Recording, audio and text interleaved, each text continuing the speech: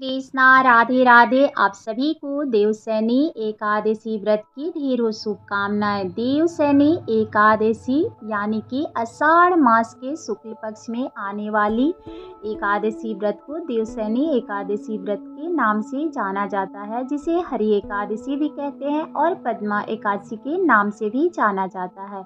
यह वह दिन है जब भगवान श्री हरि विष्णु 4 महीने के लिए योग निद्रा में चले जाते हैं और फिर देव उठनी एकादशी तक वो अपने देव निद्रा में ही रहते हैं। इस समय का जो काल होता है, भगवान शिव पूरे कार्यभार जो होता है पृथ्वी का, वो भगवान शिव के हाथों में आ जाता है।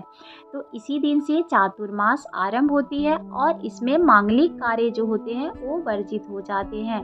चातुर्मास का प्रारंभ जो होता है, तो कोई भी शुभ कार्य जो होते हैं मांगलिक कार्य में, शादी ब्याह जनेऊ चाहे गृह प्रवेश, ये कार्य वर्जित हो जाते हैं।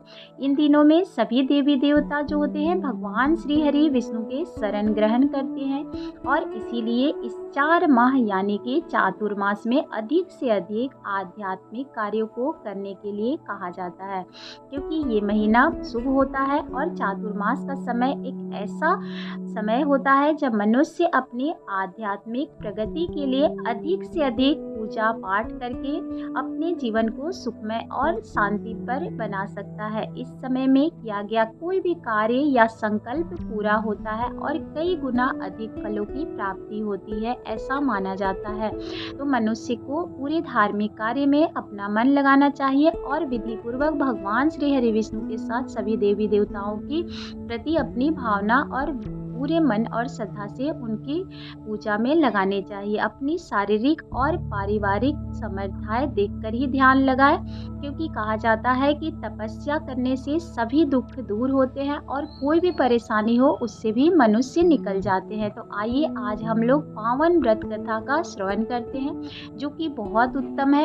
इस कथा को सुनने से संपूर्ण फल की प्राप्ति होती है, भगवान श्री हरि विष्णु का आशीर्वाद। अब आइए श्रद्धा और भाव से भगवान श्री हरि विष्णु का ध्यान करते हुए और सभी देवी देवताओं का ध्यान करते हैं। जयकारा लगाते हुए हाथ में पुष्प और तिल जल लेकर भगवान का ध्यान करते हुए व्रत कथा का श्रवण करते हैं, क्योंकि एकादशी व्रत का कथा सुनने से संपूर्ण फल की प्राप्ति होती है। ऐसे भविष्योत्तर पुराण में भी इसका वर्णन किया गया है। तो आइए पावन व्रत का श्रवण करते हैं। एक बार महाराज युधिष्ठिर ने एक समय भगवान श्री कृष्ण से पूछे, हे केशव, आषाढ़ मास के शुक्ल पक्ष में आने वाली एकादशी का क्या नाम है और यह व्रत कैसे किया जाएगा? इसका आप कृपा करके पूरी विधि बताएं और ये व्रत का पालन विधि भी बताएं। यह सुनकर भगवान श्री कृष्ण कहते हैं, हे राजन, आपने अच्छा सवाल पूछा है, क्योंकि यह बहुत उत्तम व्रत है। एक समय नारद मुनि ने ब्रह्मा जी से इसके बारे में यही प्रश्न पूछे थे।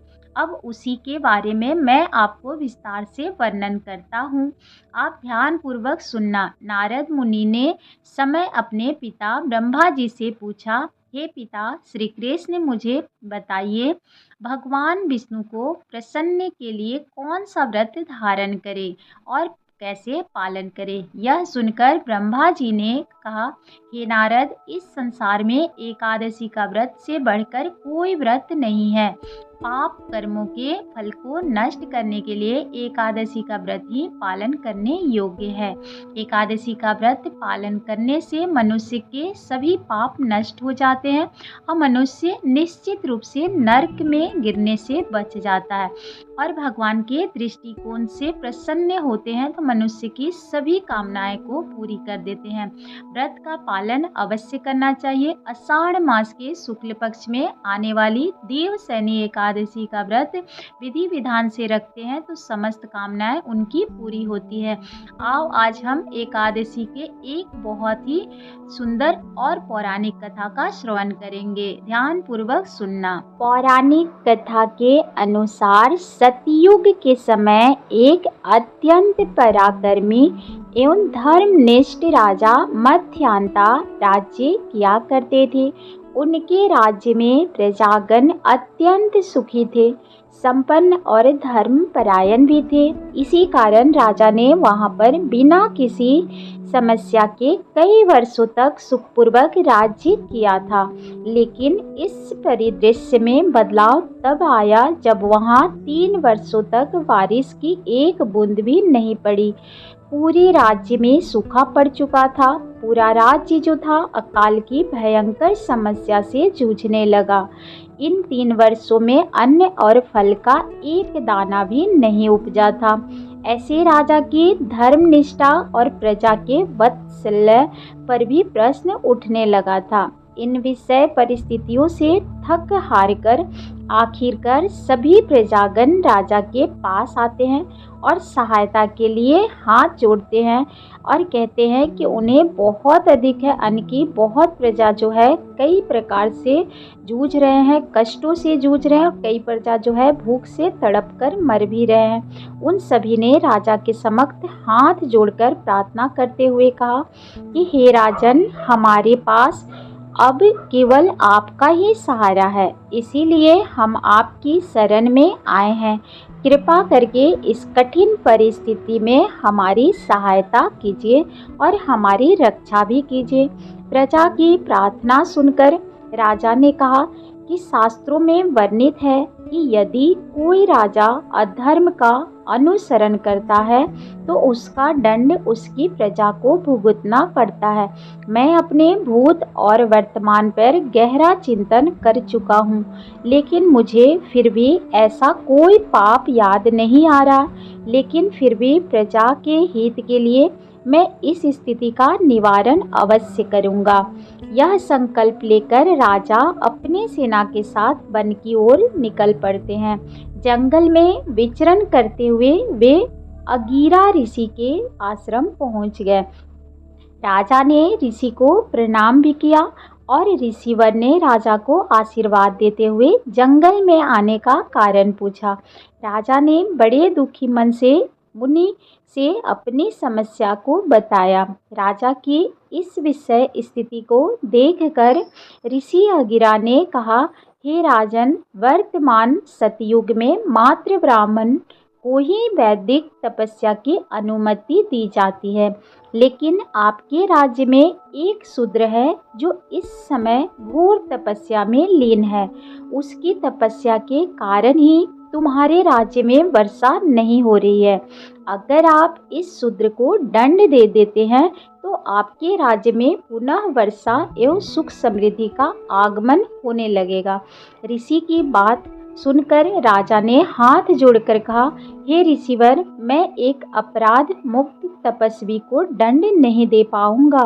राजा की आत्मीयता को देखकर ऋषि अंगिरा अत्यधिक प्रभावित हो गए और उन्होंने राजा से कहा, हे राजन, आप अपने परिवार और समस्त प्रजा सहित आषाढ़ मास के शुक्ल पक्ष में आने वाली देवसैनी एकादशी का व्रत धारण करें, नियम पूर्वक पालन करें।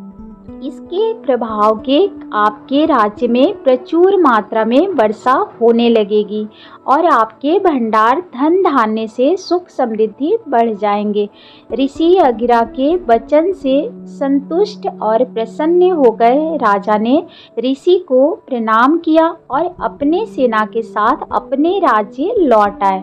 आषाढ़ माह के शुक्ल पक्ष में जब देवसैनी एकादशी आई तो राजा ने समस्त प्रजागण और अपने परिवार के साथ श्रद्धा और निष्ठा पूर्वक इस व्रत का पालन किया। इस व्रत के पुण्य प्रभाव से राज्य में पुनः वर्षा हुई और सूखा खत्म हो गया। सभी प्रजागण एक बार फिर से सुखपूर्वक जीवन व्यतीत करने लगे। राजकोष में धन का धान्य से भर चुका था। इसीलिए कहा जाता है कि यह व्रत अत्यंत पुण्यदायी है। अगर श्रद्धा और भाव के साथ पूरी निष्ठा के साथ देवसैनी एकादशी का व्रत धारण किया जाए और कथा सुना जाए और एक दूसरे को भी कथा सुनाई जाए तो समस्त कामनाएं मनुष्य की पूरी होती है। मनुष्य की किए गए जितने भी पुण्यदायी कार्य है उसमें सफलता मिलती है और जो भी पाप कर्म है उससे छुटकारा मिल जाता है। तो प्रेम पूर्वक बोलिए भगवान श्री हरि विष्णु की जय।